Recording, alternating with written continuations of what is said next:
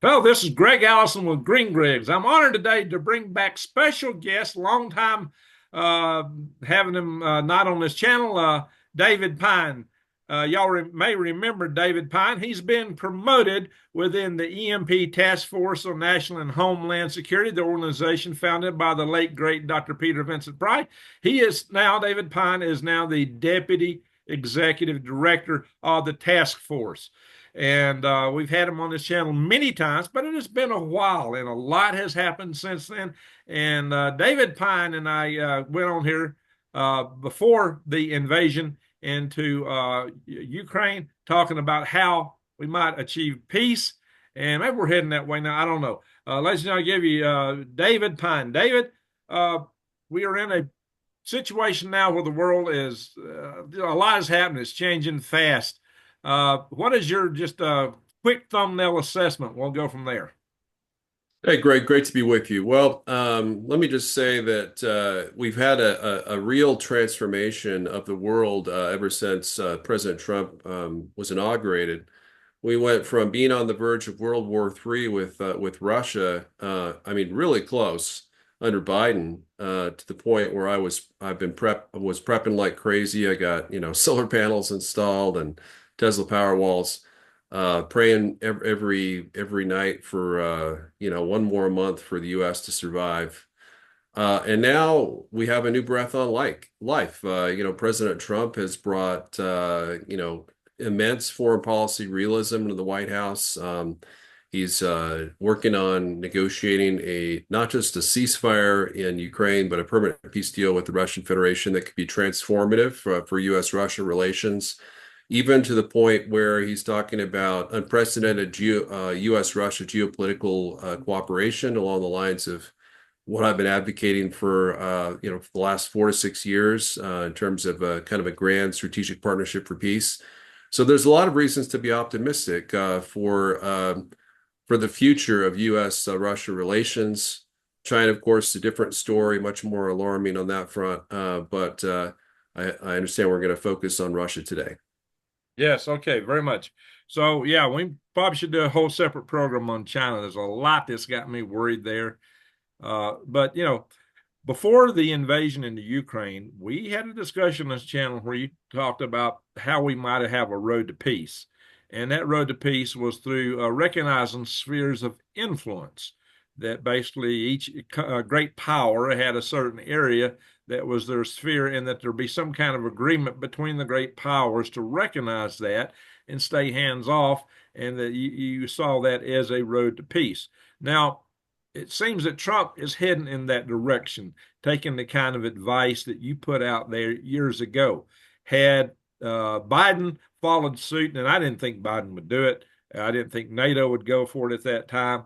But had they done that, we would be in a different place today than where we are now. Who knows what that would be exactly, but we'd definitely be in a different place. So we're still not out of the woods, David. We're still at great risk today because there's a lot of uncertainty in this process. Europe don't want to go along with it. And I'm thinking maybe we should just cut Europe loose. They're talking about cutting us loose. There's talks now about, maybe Europe being close to committing troops and doing things that would pull NATO into World War III right off the bat. I think the sooner we get out of NATO, the better, given the way they're reacting. What do you think about that? I couldn't agree with you more. I wrote an article back in 2019, 6 years ago, calling for the U.S. to withdraw from NATO for the very reasons you stated. That continued U.S. membership in NATO could be a millstone that drags America down into the nuclear abyss with Russia over disputes and conflicts over Eastern Europe. Uh, the fact is we expanded NATO too far. If we had we shouldn't have expanded NATO at all. But the most problematic expansion was into the former Soviet Union, the Baltic republics. They're geographically indefensible. They could easily be cut off for the Suwalki Gap. And more troubling than that, of course, was Bush and Biden's and Obama's drive to expand NATO into Ukraine, which caused the present conflict. I think it's indisputed that had we not pushed for NATO membership in Ukraine, had we not overthrown, Biden authorized the coup that overthrew the Ukrainian democratically elected president Viktor Yanukovych in February of 2014, Russia would never have invaded Ukraine, and Ukraine would have 100% of its internationally recognized territory, including Crimea. So, this whole crisis has been, caused by liberal politicians in both the U.S. and the EU and NATO. And of course, with this dust up, recent dust up that we discussed before starting the interview between Zelensky and President Trump and Vice President Vance, that where Zelensky went ballistic, caused a major argument and major fissure in U.S.-Ukrainian relations. The EU is not coming to our defense. We haven't seen all French leaders, British and German leaders, and then of course EU leaders have come to the defense of Zelensky, marching in lockstep with with the woke liberal authoritarian dictator that rules in Ukraine. And a lot of people don't realize that he is a corrupt dictator, and President Trump was wise enough to point that out. And Hey, David, maybe you should make some points on that because we know that he did not have a re-election. Even in the midst of the war between the states, there was election in the Union states because that was due. So we didn't suspend the way the government operated. And in the War of 1812, the government continued to operate even after they were run out of Washington, D.C. by the British burning it. So, but Zelensky will not stand for re-election. He's grabbing people off the street, and they've suspended the right to press because you can't really report on what's going on inside of Ukraine. So the idea that it is a dictatorship is spot on. You want to add to that? Yeah, so Zelensky started out as a decent leader. He was committed to peace with Russia. And then what happened is he tried to implement the Minsk II agreement, which would have enabled Ukraine to reestablish full control of the Donbas region peacefully, which is what Russia wanted in exchange for, granting rights to the Russian minority and respecting them.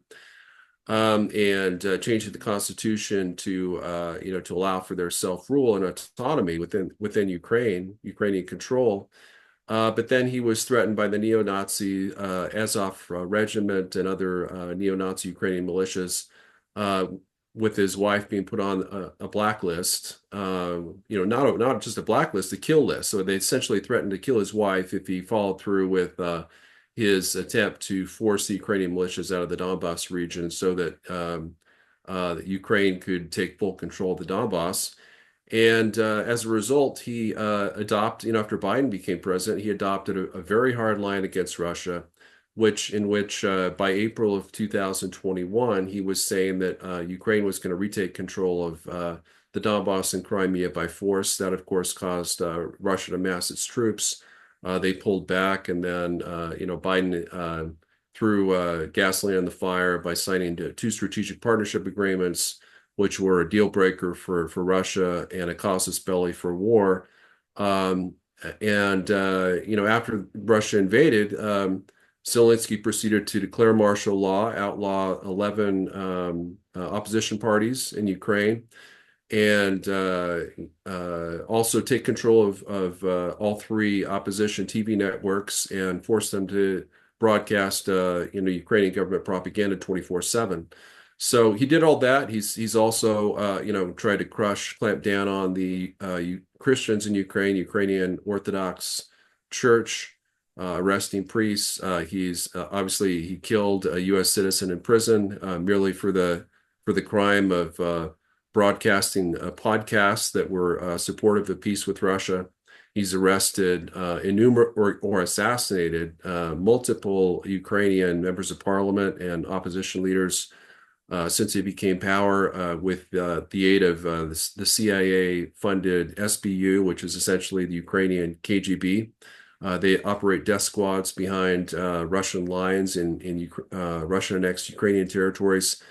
And basically, it's transformed Ukraine into something resembling the former Soviet Union in terms of the freedoms and rights that they no longer have.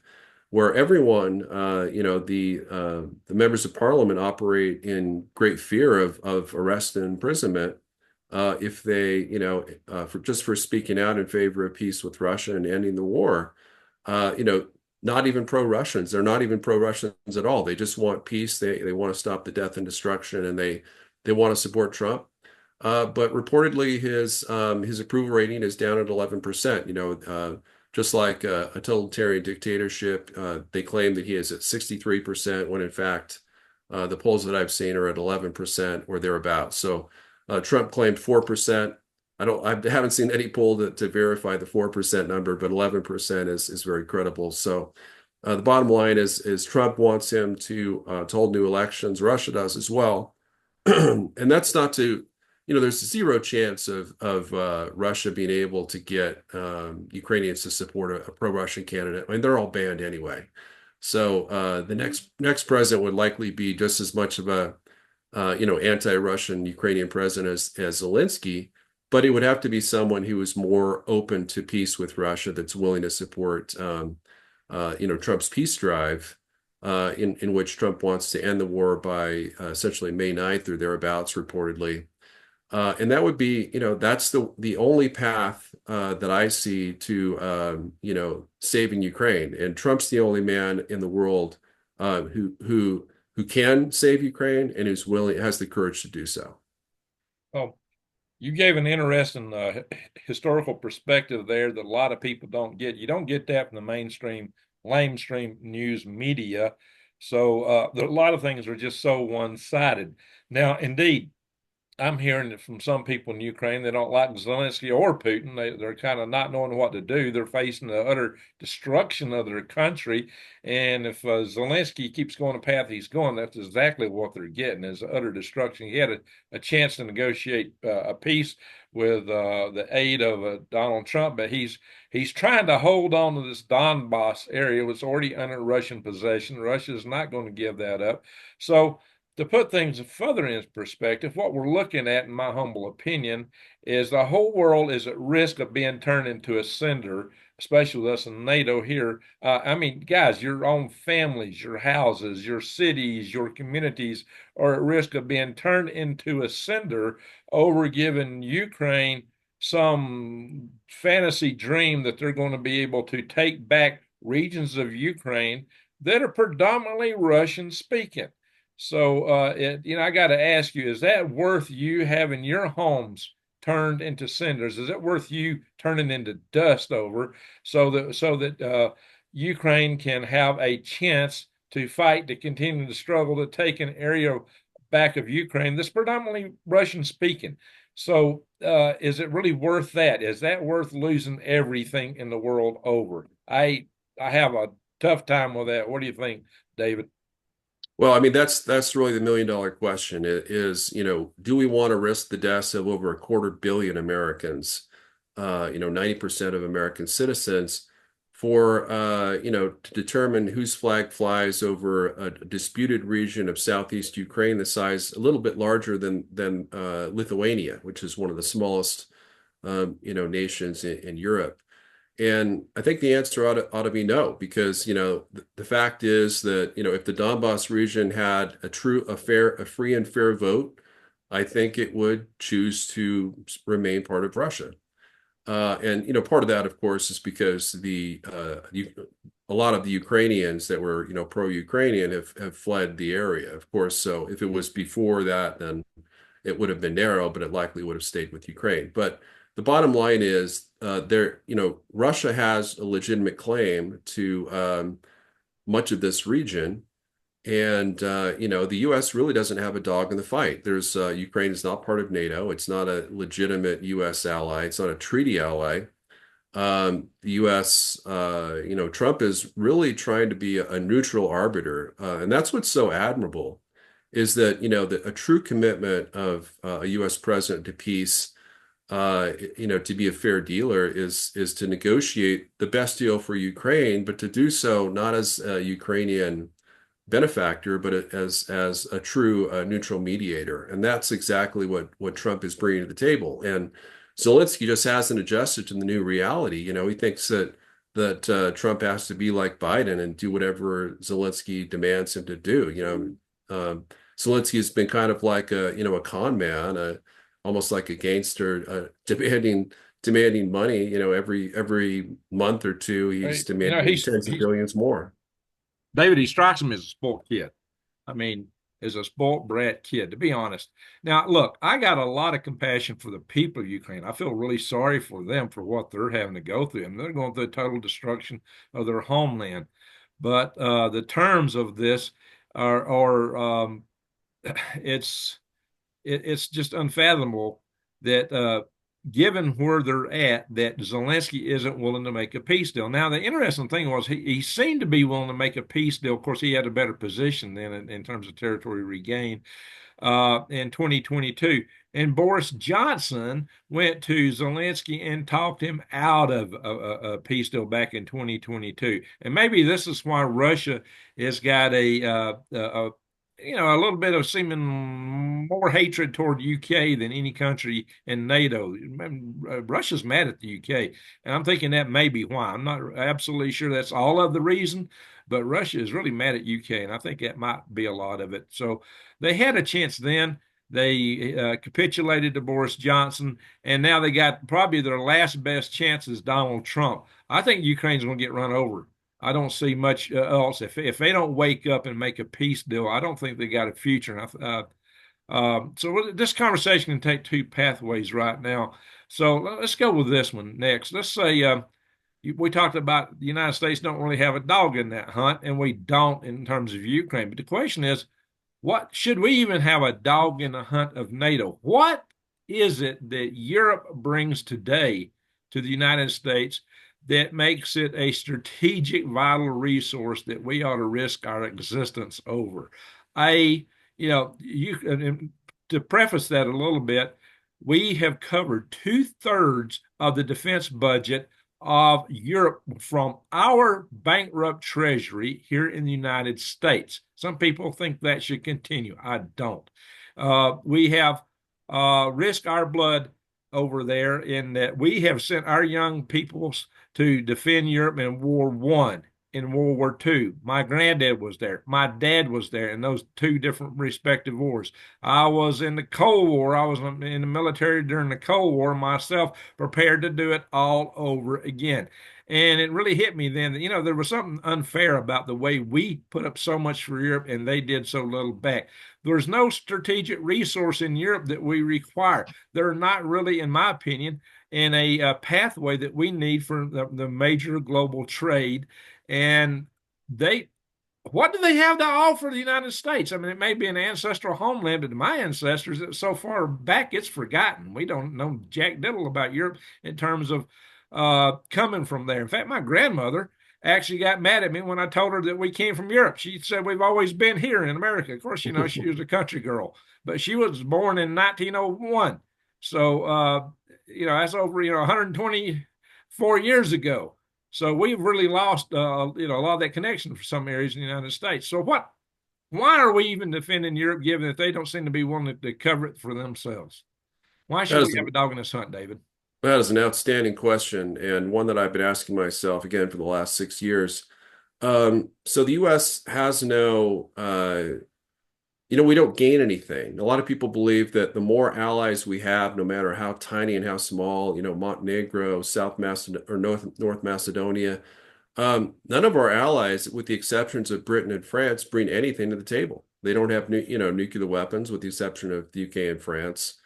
They don't enhance U.S. security. They wouldn't act to defend the U.S. if we were under invasion or nuclear missile or EMP attack, short of, maybe some minor supplies, humanitarian supplies. So there's really, our security is fundamentally impaired the more allies we have, if those allies are close on the borderlands of Russia and China, which are, nuclear superpowers with nuclear arsenals, greatly in excess of our own. That is why, I support President Trump's plan to withdraw our ground troops from Europe. I think that's an excellent first move, but I think that your idea of leaving NATO entirely is much preferable. because NATO, as we saw with in September of 2022, brought us we had a 50% chance that was assessed by U.S. intelligence that Russia would use nuclear weapons in Europe against Ukraine, and that could have easily escalated to a nuclear war either in Europe within NATO or in the U.S. itself. And there were no national security interests on the U.S. side that were threatened by Russia's border dispute with Ukraine.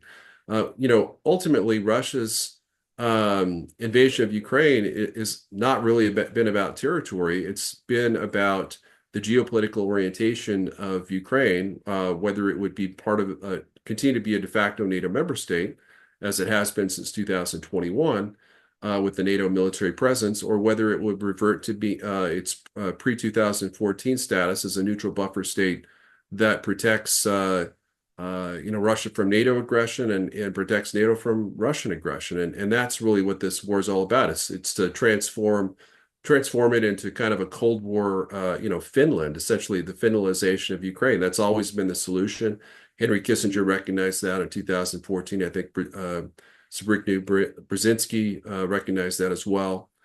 So, you're absolutely right. There's no fundamental interest or strategic value that the U.S. has to be in a military alliance with NATO. Now, I'm supportive of kind of temporary conditional alliances. That if it benefits the U.S. national security and the president deems that to be in the U.S. interest, but there's no reason for us to have these kind of entangling alliances outside the Western Hemisphere. We have we really should return to kind of our pre-World War II status, not as an isolationist country, but as a regional hegemon, a hemispheric hegemon, that it dominates not just North and South America, but the most of the Pacific Ocean and the entire Atlantic Ocean. That should be our role. It shouldn't be as a global superpower, trying to compete and exert overlapping spheres of influence on Russia's and China's borders and border seas, because that's exactly what's going to get us in an unnecessary nuclear war with Russia and China that could destroy our country. Yes, I don't see going down the road we're going as a pathway to survival, given the relative tensions in the world today and the ambitions of both Russia and China. However, I do think that in the long run, Russia's biggest enemy will be China, and I'm pretty sure they know that, because their huge, vast region of Siberia could be taken by China. And I said before, long before this invasion of Russia into Ukraine, that the United States would do well to have made peace with and some kind of treaties with Russia to defend against China, the biggest adversary to both down the road. And I mentioned that to Dr. Pyne. He loved that idea. So, and I did a video where I talked about that years ago on this channel, and maybe you and I have even discussed that. And I'm hoping that's kind of where, I'm not saying that Putin's great. He's not. He's a dictator too. But when you look at the global scheme of things, we can't ignore the reality on the planet right now and who's where and what they've got. So I think this is still a valid strategic deal that ought to be cut. What do you think about that? You're absolutely right. And I think that's what Trump intends to do. As I've been writing the last several months, I've been calling for a U.S.-Russia entente, similar to the Anglo-French entente prior to World War I. It wouldn't be a true military alliance, but it'd be a kind of a strategic partnership where we'd even engage in joint military exercises. It wouldn't necessarily be directed against China. And, in reality, there's zero chance that Russia would ally with us against China militarily. In fact, they're unlikely to even give up their military alliance, at least on paper. But we can neutralize it by improving relations, both economic and military relations with Russia, to the extent that there's zero chance they would ever go to war with China against us in the event of a war with China over Taiwan, for example. So, President Nixon was probably the best strategic thinker that's ever occupied the White House. And what he stated in his book, The Real War, after which, which kind of formed the basis of my foreign policy thinking when I first read it in 1985, and for which I named my Substack after the Real War newsletter, is that it was the U.S. interest to have better relations with Russia and China than they have with each other. That it was in our interest to accommodate Russia and China in furtherance of our mutual vital interests to avoid nuclear conflict. And that's really the key. I mean, that's what Reagan recognized in his overtures to the Soviet Union during his second term as president, in which he managed the collapse of the Soviet Union. There's a guy by the name of Gordon Chain, he's a pretty decent China expert. I used to like him a lot. He appears on a podcast channel that I appear on frequently as well. And he stated, why should we talk to Russia? And my response was, he's like, we didn't talk to the Third Reich. Why should we talk to Russia? And my response was, well, if Reagan had that attitude with the Soviet Union would still exist today and would still control its 20 captive nations that it let loose and during the unprecedented decision of Gorbachev to collapse the entire Soviet Empire when he didn't have to. There's no reason he had to do that. There was no significant economic pressures for him to do that, no military pressures. All he had to do was use force against rebellious republics and Warsaw Pact nations to keep Soviet control over those entire regions. So diplomacy, as J.D. Vance rightly stated, that's what makes us a great nation, is our willingness to engage in diplomacy, not just with our allies, but most importantly with our adversaries. And, President Biden, of course, threw a temper tantrum after Russia invaded Ukraine, and after he said don't, as if that one word was going to deter the mightiest nuclear superpower from doing what was in its national interests. And, he refused to talk to Russia about the war in Ukraine for more than 10 minutes during a 3-year period. And as a result, as I mentioned, we came closer to nuclear war with Russia than we've ever come since the Cuban Missile Crisis. So Trump's number one foreign policy and national security objective is to avert World War III, and that applies with Russia and China. Obviously, with the ongoing war, NATO proxy war against Russia and Ukraine, Russia, it seems to be the most pressing issue that needs to be resolved to avert World War III. And he's moving forward with that objective along the lines that you stated in terms of trying to establish a U.S.-Russia and neutralizing the Sino-Russian military alliance, as I've been calling for several years. Okay, so I want to cover two more topics here. One of them is this whole thing that a lot of people think that Trump is a Putin stooge, which I totally disagree with, because he was actually still putting aid to Ukraine, which is a Putin stooge. You wouldn't do. I want you to talk to that. And then I want to talk about what happens to Europe without America. I mean, Europe really looks like they're wanting to go into war with Russia right now. That's what the steps they're taking, the things they're talking about over there, really sounds to me like full-blown World War III. And this is one of the reasons I think we need to get out of NATO like right now. But we'll come back to that. But let's start out with this. A lot of people out there are saying, and I'm seeing all over social media, they're saying that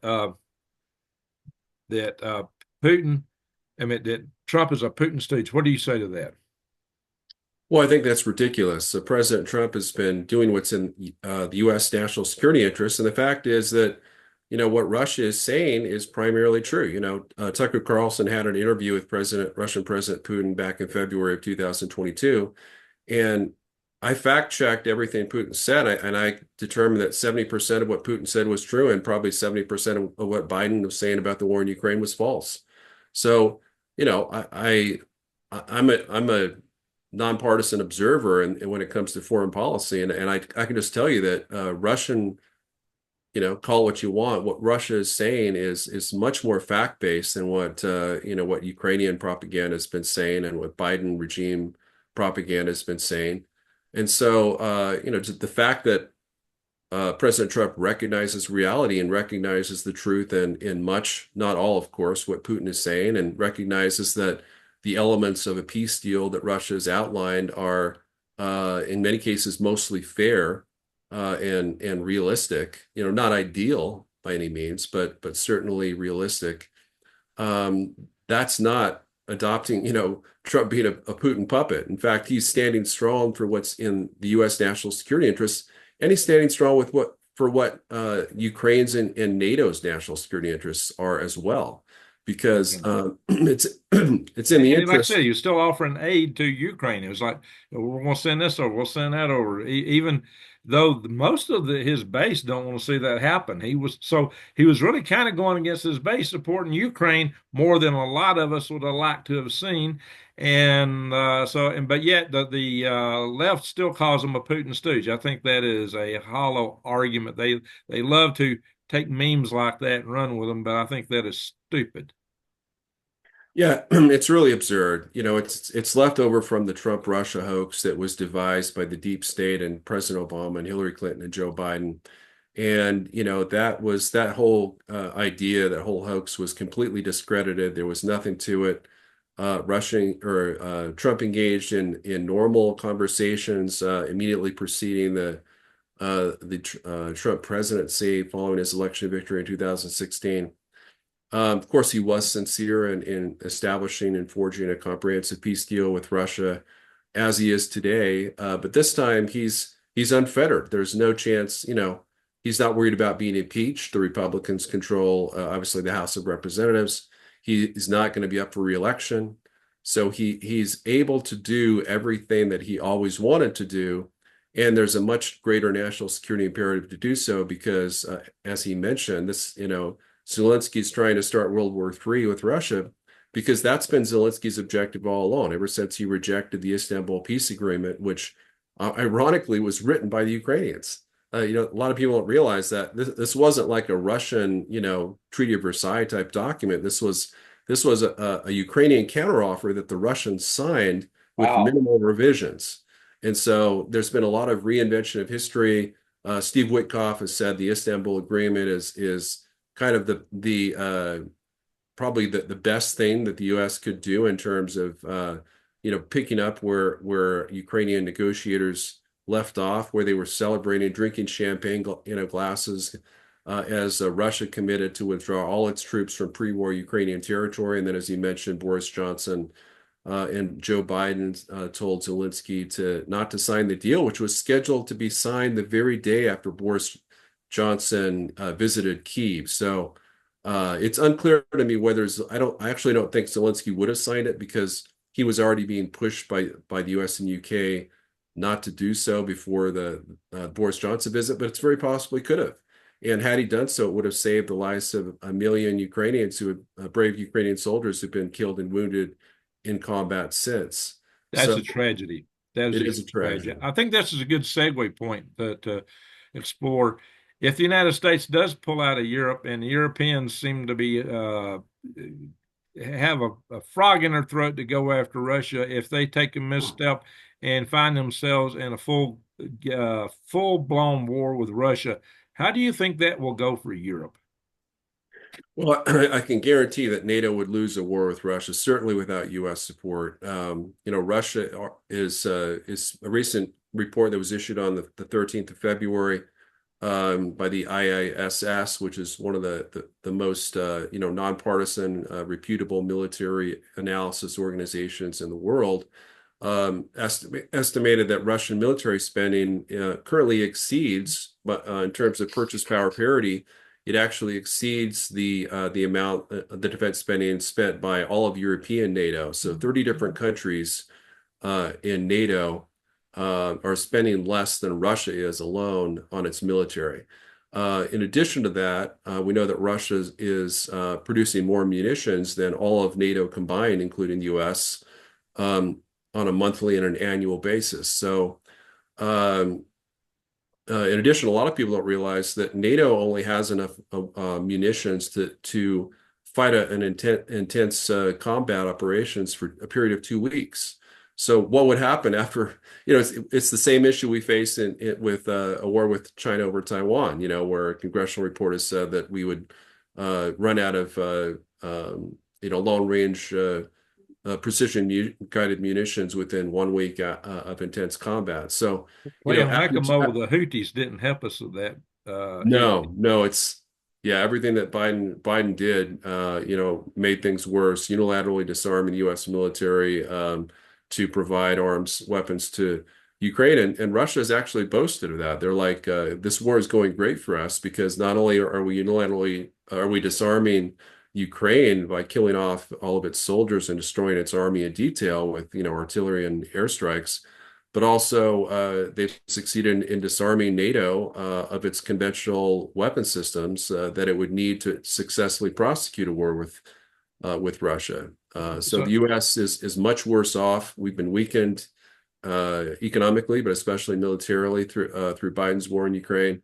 Russia's much more powerful now than it was. Its military is much more formidable, battle hardened. It's tripled in size in terms of the actual Russian ground forces since the war began. It's in a closer military alliance with China, and it's catapulted from sixth place in the sixth most powerful economy in the world to the fourth largest in just 3 short years. wow, so the war's been good for Russia. So Europeans ought to be asking themselves this.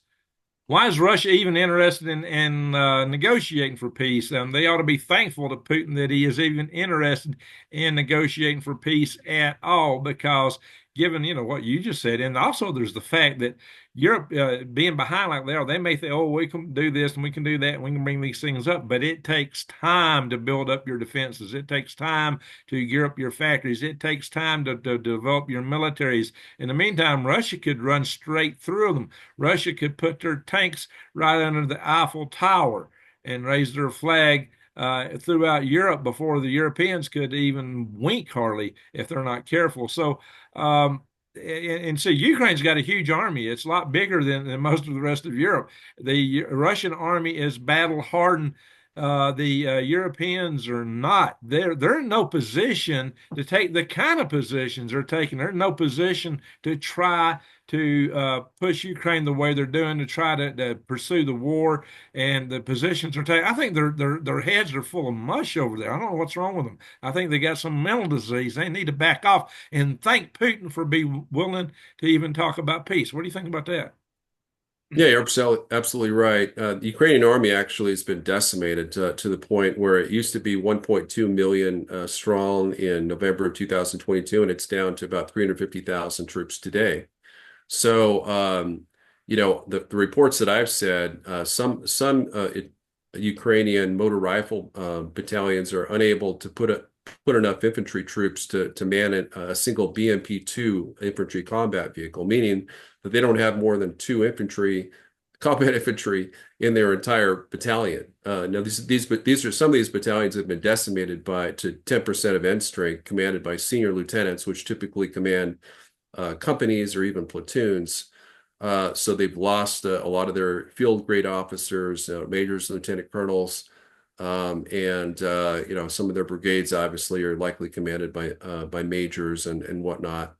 So the Ukrainian military is decimated. They're on the verge of military collapse. What Trump is basically saying is that Zelensky, you have two choices. You can sign the mineral deal and support my efforts to make peace with Russia, or you can fight it alone, and the U.S. will pull all of its military and support from Ukraine, meaning no economic funding, no bullets, no missiles, no additional weapons, no intelligence, no targeting data, probably not even any Starlink. And if without Starlink, Ukraine would be unable to use its combat drones, and the Russian military could essentially run ramshot over eastern Ukraine with little opposition all the way to the Dnipro River and re-surround the Ukrainian capital of Kyiv, forcing Zelensky to either flee into exile or else move Ukraine's capital to Lviv, which is nearly to the Polish border. So it's Trump's right. Zelensky doesn't hold any cards. He literally holds almost no cards. He doesn't have the ability to prosecute the war without U.S. support. If we let him continue using Starlink, Ukraine could probably last another 3 to 6 months max, and then it would, without question, collapse. And even its own generals are saying that. Yeah, what Zelensky misses the point on was this deal that Trump was trying to negotiate with him was a deal that would keep us, that would actually give us a dog in the hunt, that would say that, hey, we got a dog in the hunt because we're looking to get something back, but he don't want to be part of that. So our interest in Ukraine are evaporating really fast. I mean, the people of Ukraine, I feel sorry for them, but this is a European problem, and should we again risk our existence over the eastern regions of Ukraine, the Donbass area? Of course, now that Zelensky is taking the position he's taking, he's likely to have his entire country run over, and I think that's squarely on his shoulders and his head. Because I wonder what he's got between his ears. I don't see any much evidence there's anything in there. Well, Zelensky, people need to realize that number one, the U.S. National security and Zelensky's interests are very much at odds. They're not. A lot of people try to, claim on the neocon and Democrat side that we need to, basically Zelensky's war is our war, and nothing could be further from the truth. The U.S. has never had any interest in this war starting, let alone it being continuing for the last 3 years and decimating Ukraine's population by 30% and allowing the Russians to take control of nearly a fifth of its territory. In fact, Zelensky, the reason that Zelensky refuses peace is not because that's what's best in Ukraine's interests. It's the only way he can continue as Ukraine's autocratic dictator, because the moment he rescinds martial law in accordance with U.S. Demands, and Russian demands for that matter, he would have to schedule a democratic presidential election, which would inevitably result in his ouster unless he followed the path of arresting all of his presidential challengers, which he was attempting to do even before the war began. So he was already an autocratic leader before the war started. Now he's a full-on totalitarian dictator, much like America's enemies, certainly Xi in China. And I'm glad that Trump was able to admit that and kind of wake people up that, we haven't been fighting for democracy at all for the last 3 years. We've been fighting for autocracy in Ukraine, and this is a war between two dictators. It's a border dispute between two dictators, and the U.S. doesn't have a dog in the fight. And even if Ukraine were to be, half annexed by Russia, it wouldn't imperil NATO at all because Putin doesn't have any designs on NATO. But as you mentioned, if NATO's countries send tens of thousands of so-called peacekeepers or peacemakers to Ukraine, that most likely would result in a full-scale war between NATO and Russia, and it would definitely be in the U.S. interest to sit that one out, or to, for Trump to pick up the phone and demand, both sides end the fighting before it escalated to the nuclear level. Okay, so David, what should the United States do right now? What's the next step the United States should take? Well, what I've been advocating, since I wrote this piece with Chet Nagel, a former Pentagon official and CIA official, is that essentially, I mean, ideally, we send Vice President Vance to meet with the Russian Prime Minister. They hammer out a deal. They like meet in a neutral country, maybe Istanbul. I guess Turkey's a lot more pro-Ukrainian than it was 3 years ago, but Saudi Arabia, Riyadh was a great location, and they've refused to leave until they hammer out a deal. And I think they can hammer out a deal, assuming that Trump was open to accepting a number of Russian positions that are really non-negotiable almost. They can hammer out a deal within a few days. The Rubio Lavrov meeting was very productive, but it only lasted 3.5 hours. And President Trump has been president for over 5 weeks now. This is, I think, the 6th week. So he has the ability to make peace much faster, and he could force Ukraine to accept that by threatening to cut off Starlink access, or simply calling for Zelensky's immediate impeachment and resignation if he doesn't sign the peace deal. And I think the peace deal could, the terms that I've set out, I think are very fair for Ukraine. I think that the biggest point of contention is obviously going to be Putin's demanding all of the constitutional borders or territory of the four oblasts. He basically controls 100% of Luhansk, but in terms of Donetsk, Kherson, and Zaporizhia, that would involve ceding additional Ukrainian territory. And I don't think that Trump is willing to do that, and I don't think he should be willing to do that. I think if we accept nearly all of Russia's terms, other than that, I'm confident, very confident, I'd be willing to bet money on it that Putin will give that one up. Because to me, that's more of a negotiating tactic because, he wanted to have something he could give up to show that Trump basically stood up to Putin and delivered a win for U.S. and Ukrainian and Western interests. And that's I think That's how powerful men negotiate. yeah, that's right. They have these recognitions of what it takes to get to the end goal, and they will both do that. And there's a give and take and a recognition and respect for each other, something that Biden was not capable of. But Biden also wasn't a man of gravitas. Nobody, when you're a great power, you need a leader that's got gravitas. They've got to be a tough man. They've got to be people that will take a stand, not somebody who comes across as Mr. Appeasement, which Biden was. But Biden was worse than Mr. Appeasement. Was give America away.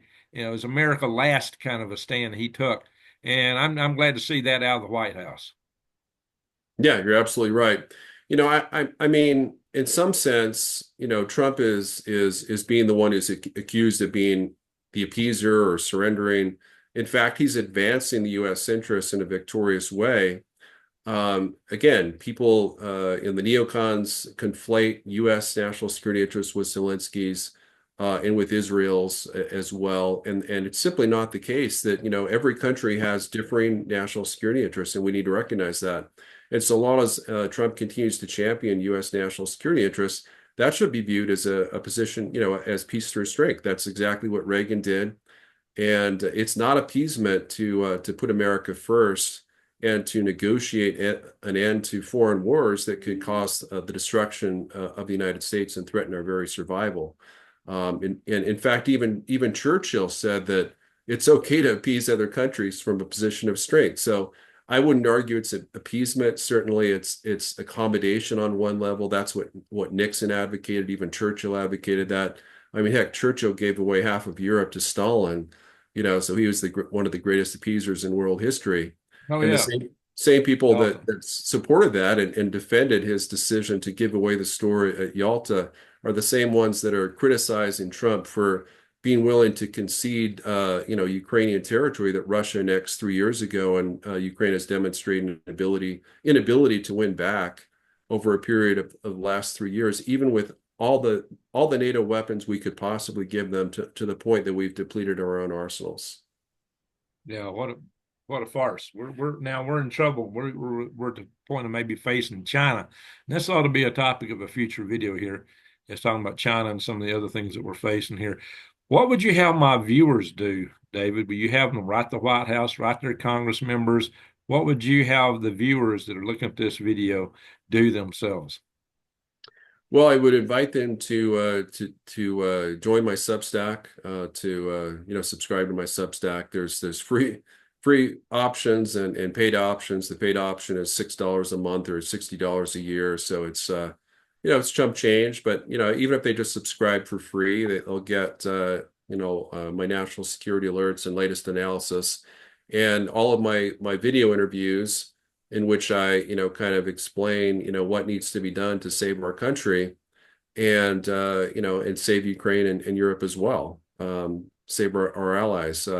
But what I'd recommend that they do is they send links to my peace proposals for proposed peace agreements with between the U.S. and Russia and Ukraine to their members of Congress, and urge them to support that and back that and share that with members of the Trump cabinet, as I have done. I've done exactly that, and I was successful in sharing my peace plan with a member of Trump's cabinet who wasn't quite confirmed yet, but she is now.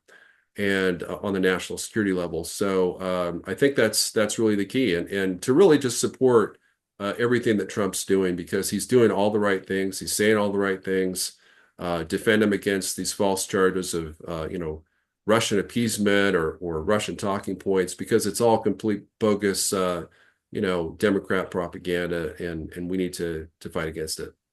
Okay, well, uh, send me your links. I will include them in the video below, especially to your Substack.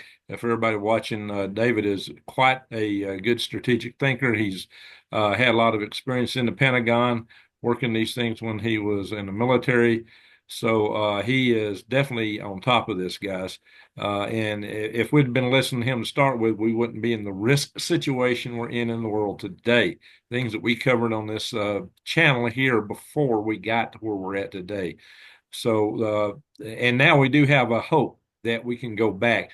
But I think that Trump needs some guidance too, and the entire administration.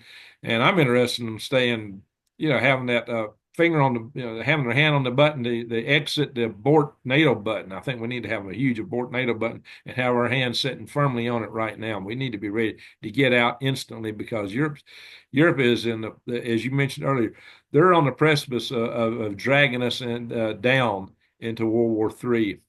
It's not we got the millstone tied around our legs. And I say Europe not as allies, but as dependents, very expensive dependents. So we need to really look at this hard. I do have, in addition to my viewers of this channel, a group called the Freedom Restoration Foundation with about 1,000 followers.